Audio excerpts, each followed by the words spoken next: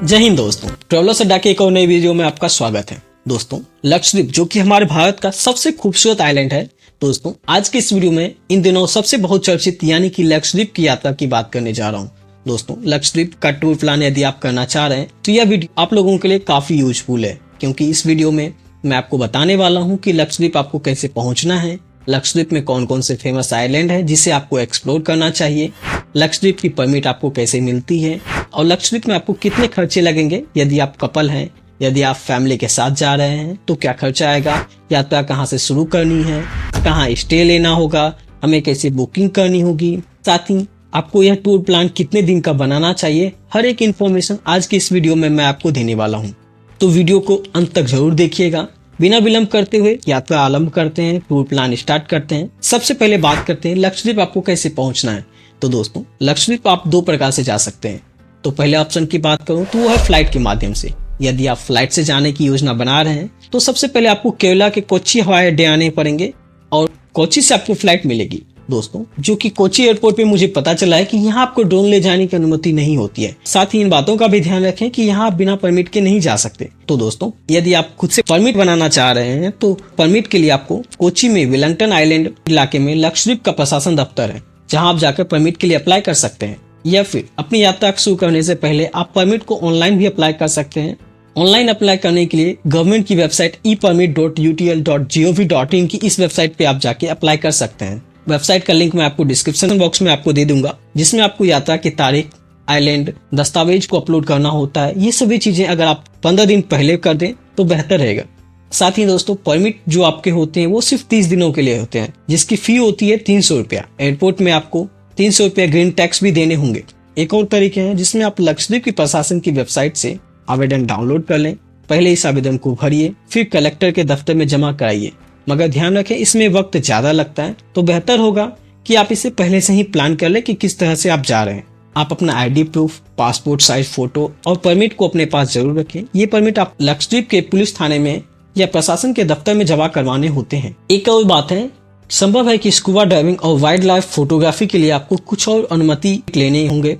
तो चलिए दोस्तों, अब परमिट हमारा तैयार हो जाएगा इस तरीके से। तो सफर की शुरुआत करते हैं। दोस्तों, लक्षद्वीप में केवल एक ही हवाई अड्डा है जो कि अगाटी आइलैंड पर है और आपको यहाँ के लिए कोच्चि हवाई अड्डे से फ्लाइट मिलती है, जो कि एक छोटी फ्लाइट है जिसमें आपको एक तरफ का 5 से 6 हजार रुपया लगता है। वहीं अगाटी आइलैंड पहुंचने में आपको 1 से 1.5 घंटे का समय लगता है। हवाई अड्डा बहुत ही छोटा सा है। यहाँ पहुंचते ही आपको परमिट चेक होते हैं, जिसके बाद आपको आइलैंड में प्रवेश मिलता है। वहीं अगर आप जहाज से जाने की योजना बना रहे हैं तो आप ऑनलाइन भी बुकिंग कर सकते हैं। इसकी ऑनलाइन बुकिंग वेबसाइट lakeport.utl.gov.in है। इस वेबसाइट पे आप जाके बुक कर सकते हैं। फिलहाल सिर्फ हर दिन नहीं चलती है, इसका शेड्यूल भी आप वेबसाइट पे ही देख सकते हैं। साथ ही दोस्तों, टिकट में सब कुछ आपका लिखा रहता है, आपकी कक्षा, आपका बर्थ, सभी विवरण लिखे होते हैं। इसमें कई अलग अलग द्वीप के लिए कई अलग अलग जहाज चलते हैं, जिसका किराया भी अलग अलग होता है। जहाज में अलग अलग क्लास होते हैं और अगर आप सबसे निचली क्लास यानी कि बंक बेड में जाते हैं तो लक्षद्वीप की राजधानी कवरत्ती तक जाने के लिए आपको लगभग 1500 रुपए लगते हैं। वहीं सेकेंड क्लास के लिए 3810 रुपए लगते हैं, फर्स्ट क्लास के लिए 5820 रुपए लगते हैं और वीआईपी क्लास के लिए आपको 10,000 रुपए देने होते हैं। ये कॉस्ट टूरिस्ट के लिए ही है। वहीं लोकल लोग अगर बंक बेड में जाते हैं तो उसका सिर्फ 330 रुपया ही लगता है। शिप के अलग अलग रूट के अलग अलग फेयर होते हैं, जिसका लिंक मैं आपको डिस्क्रिप्शन बॉक्स में दे रहा हूँ, जहाँ पे आप देख के चेकआउट कर सकते हैं। आइए दोस्तों, अब जानते हैं कि लक्षद्वीप में आपको कितने दिन का प्लान बनाना होता है।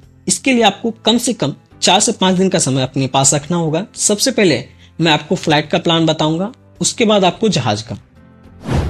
पहले दिन आप कोच्चि से अगाटी आइलैंड के लिए फ्लाइट लेंगे, जो आपको दोपहर में अगाटी आइलैंड ले जाएगा। जिसके बाद आप होटल में चेक इन करेंगे और शाम में वहीं के समुद्री तट पर आप घूम सकते हैं, लाइट हाउस के पास घूम सकते हैं। उसके बाद आप दूसरे दिन अगाटी आइलैंड में ही वाटर स्पोर्ट्स एक्टिविटी जैसे स्कूबा डाइविंग, स्नॉर्कलिंग भी कर सकते हैं। साथ ही आप यहाँ ग्लास बॉटम बोट की सवारी भी कर सकते हैं और फिर अगाटी आइलैंड को एक्सप्लोर भी कर सकते हैं। लेकिन शाम में आप कालपित्ती आइलैंड विजिट करने के लिए निकल जाएं, जहाँ आप 15 से 20 मिनट में बाय बोट पहुंच जाएंगे और यहाँ आप लिविंग कोरल्स और समुद्री जीव देखने को मिलेंगे। साथ ही यहाँ से सुंदर सूर्यास्त का नजारा भी आपको देखने को मिलेगा, जिसे आप अपने कैमरे में रिकॉर्ड कर सकते हैं, वीडियो कर सकते हैं, फोटोग्राफी कर सकते हैं। साथ ही इसके बाद तीसरे दिन आप अगाटी से बंगाराम आइलैंड के लिए निकल जाए, जो कि एक पूरा सरकारी आइलैंड है जिसे विशेष रूप से पर्यटकों के लिए ही बनाया गया है। बंगाराम आइलैंड आते ही आपको एक रिसोर्ट दिखेगा जिसका नाम बंगाराम रिसोर्ट है। यहाँ लोग नहीं रहते हैं, यहाँ सिर्फ मस्ती होती है और यहाँ आने के बाद आप भी खूब मस्ती कीजिए। और साथ ही दोस्तों पूरे लक्षद्वीप में आपको शराब सिर्फ यही मिलती है। दोस्तों बंगाराम आइलैंड काफी प्रीमियम आइलैंड है और वहाँ पे सभी चीजें कॉस्टली मिलती है। बंगाराम आइलैंड में ही आपको सभी प्रकार के स्पोर्ट्स एक्टिविटी देखने को मिलेंगे। अगर आप बंगाराम आइलैंड गए हैं तो आपको स्कूबा डाइविंग यहाँ पे बहुत अच्छे से मिलेगा। लक्षद्वीप के लिए बहुत ज्यादा टूरिज्म को बढ़ावा दिया जा रहा है। हाल ही में यहाँ पे प्राइम मिनिस्टर भी आए थे, वो इसलिए गए थे क्योंकि इस द्वीप में टूरिज्म को बढ़ावा दिया जा सके। इंडिया के लोग मालदीव न जाके हमारे इंडिया में ही इन सभी चीजों को एक्सप्लोर कर सके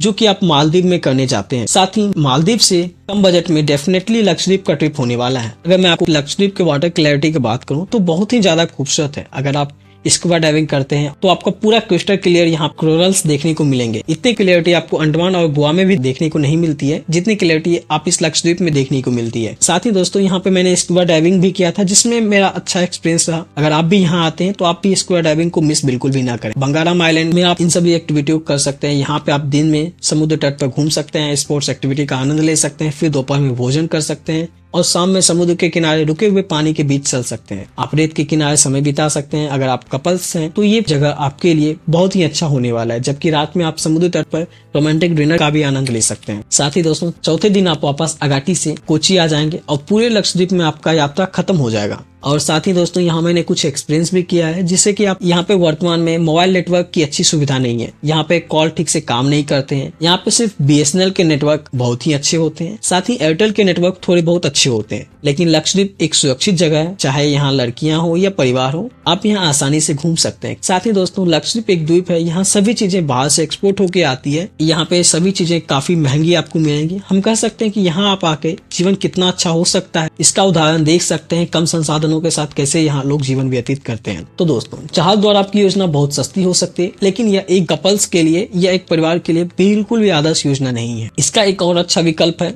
जो कि है समुद्रम पैकेज। दोस्तों भारत सरकार की ओर से एक समुद्रम पैकेज लक्षद्वीप की यात्रा के लिए चलाई जाती है। इसकी शुरुआत होती है कोची से, जिसमें आपको 3 द्वीप पे ले जाया जाता है। यहाँ 4 रात और 5 दिन का पैकेज होता है, जिसमें आपको दिन में द्वीप पे ले जाया जाता है, रात में जहाज में रुकना होता है, जिसमें घूमना फिरना, कुछ वाटर स्पोर्ट्स एक्टिविटी और खाना शामिल होता है। सबसे दिलचस्प बात इसमें यह है कि इसमें आपको परमिट लेने की आवश्यकता नहीं होती है। आप इसे ऑनलाइन या ट्रेवल एजेंट के माध्यम से या फिर समुद्रम की आधिकारिक वेबसाइट के माध्यम से बुक कर सकते हैं। अगर आप जहाज से जाना चाहते हैं तो सबसे पहले शिप की ऑनलाइन टिकट बुकिंग करें। इसके पैकेज के जो कॉस्ट होते हैं वो 35 से 37 हजार रुपए से स्टार्ट होके 40 से 50 हजार रुपया पर पर्सन के अलग अलग पैकेज होते हैं। साथ ही अलग अलग कैटेगरी की मैं बात करूं, 40 हजार रुपया वाला समुद्रम पैकेज लेते हैं पर पर्सन वाला, तो उसमें आपके 3 से 4 दिन का ट्रिप प्लान होता है और फिर आपका जहाज कोची के स्कैनिंग सेंटर से रवाना होता है, जिसमें पहले दिन आप कोची से कवरत्ती के लिए रवाना होंगे, जिसमें आपको 19 से 21 घंटे का समय लगता है। अलग अलग जहाज के हिसाब से अलग अलग समय लग सकता है। अगाटी आइलैंड कवर कराते हुए लक्षद्वीप की capital Kavaratti island, Bangaram island को कवर कराएंगे। ये सभी जगहों को कवर करा के आपको वापस कोची पहुंचा दिया जाता है। यानी कि समुद्रम पैकेज में भी आपके कोची से शुरू होती है और आपको लक्षद्वीप कवर कराकर वापस कोची ड्रॉप कर दिया जाता है। यदि आप समुद्रम पैकेज लेना चाहते तो आप समुद्रम पैकेज ले सकते हैं। इसके अंदर आपको रहने खाने की व्यवस्था होती है, इसमें सभी चीजें शामिल होती है। इसलिए समुद्रम पैकेज के मामले में आप जहाज की योजना बना सकते हैं। यह परिवार के लिए या कपल्स के लिए उपयुक्त हो सकता है। हाँ, अगर यदि आप अकेले यात्री हैं, आपके पास समय पर्याप्त है, तो आप जहाज से जा सकते हैं। जहाज से सभी द्वीपों का दौरा किया जा सकता है, लेकिन सब कुछ जहाज के शेड्यूल पर निर्भर करेगा। कुछ छोटी फेरी भी यहाँ चलती है, लेकिन उसका शेड्यूल आप वहाँ जाके ही जान सकेंगे। लक्षद्वीप के लिए प्रवेश परमिट आपको स्पोर्ट्स नामक संस्था द्वारा मिलती है, जिसका कार्यालय कोची में ही है। वर्तमान में यहाँ सिर्फ ऑफलाइन उपलब्ध है। इसके लिए आपको अपने शहर का दौरा करना होगा। आपको लक्षद्वीप में पुलिस वेरिफिकेशन कराने के लिए भी जाना होता है। जबकि आप किसी ट्रेवल एजेंट के जरिए बुक कराते हैं तो आपको सिर्फ पुलिस वेरिफिकेशन कराना होता है, बाकी सभी परमिट उनके द्वारा ही बनवा दिए जाते हैं। परमिट के लिए आपके पास लक्षद्वीप के स्थानीय निवासी का निमंत्रण भी होना चाहिए होता है। प्रत्येक द्वीप के लिए अलग अलग परमिट की आवश्यकता होती है, तो ऐसे में आपको ट्रेवल एजेंट की मदद ही लेनी होगी। अगर आप फ्लाइट से यात्रा करने की योजना बना रहे हैं तो आपका राउंड ट्रिप फ्लाइट की लागत लगभग 12 हजार रुपए मदद लेनी। चलिए दोस्तों, अब बात कर लेते हैं कि हमारा इन सभी जगहों का यात्रा करने में, प्लान करने में कितना खर्चा आएगा। दोस्तों, अगर आप फ्लाइट से यात्रा करने की योजना बना रहे हैं तो आपका राउंड ट्रिप फ्लाइट की लागत लगभग 12 हजार रुपये। अगाटी में 2 रात रहने का किराया 5 हजार रुपया, बंगाराम में 1 रात रहने का किराया 10 हजार रुपया, अगाटी से बंगाराम आने जाने का 5,000 रुपया पर पर्सन। कुल मिलाकर आप 3 रात और 4 दिन की यात्रा का प्लान करते हैं तो आपका 30 से 35,000 रुपया बजट पड़ता है। जबकि समुद्रन पैकेज के 2 क्लास मिलते हैं, एक गोल्ड क्लास के लिए 30,000 रुपया और डायमंड क्लास के लिए 40,000 रुपया पर पर्सन पड़ता है। यदि आप स्वयं जहाज से जाने की योजना बनाते हैं और शिप से बंक बेड में यात्रा करते हैं और स्थानीय लोगों के यहाँ रुकते हैं तो आपके 1,000 रुपये में रुकने की व्यवस्था मिल जाती है। और अगर आप इसी तरह की यात्रा प्लान करते हैं तो आप 10,000 में भी यात्रा कर सकते हैं, लेकिन इस खर्चा में आप बंगाराम कवर नहीं कर पाएंगे। तो कुल मिलाकर ट्रेवल एजेंट की मदद के बिना लक्षद्वीप की यात्रा करना बहुत आसान नहीं होने वाला है और यह सस्ता तो बिल्कुल भी नहीं होने वाला है। लेकिन इसमें कोई शक नहीं कि यह मालदीव से काफी सस्ता होता है। यहाँ की स्कूबा मालदीव की से काफी बेहतर होती है, इसलिए शांत, खूबसूरत और एडवेंचरस ट्रिप के लिए लक्षद्वीप आपके लिए परफेक्ट डेस्टिनेशन हो सकता है। तो दोस्तों, ये रहा आपका लक्षद्वीप यात्रा का संपूर्ण विवरण, जिसमें मैंने आपको बताया है कि आपको यात्रा कैसी करनी है, कितने दिन का ट्रिप प्लान बनाना है, कहाँ स्टे करना है। साथ ही दोस्तों, इसके बाद भी आपके मन में कोई डाउट है, कोई क्वेश्चन है तो आप हमें कमेंट के माध्यम से पूछ सकते हैं या फिर आप हमारे इंस्टाग्राम पे डायरेक्ट मैसेज भी कर सकते हैं, जिसका लिंक मैं आपको डिस्क्रिप्शन बॉक्स में दे रहा हूँ। हमारे चैनल को सब्सक्राइब कीजिए, वीडियो को लाइक कीजिए, अपने दोस्तों के साथ शेयर करिए जो भी लक्षद्वीप का टूर प्लान करना चाह रहे हैं। शुक्रिया दोस्तों, जय Hind, wish you safe, comfortable and happy journey. धन्यवाद।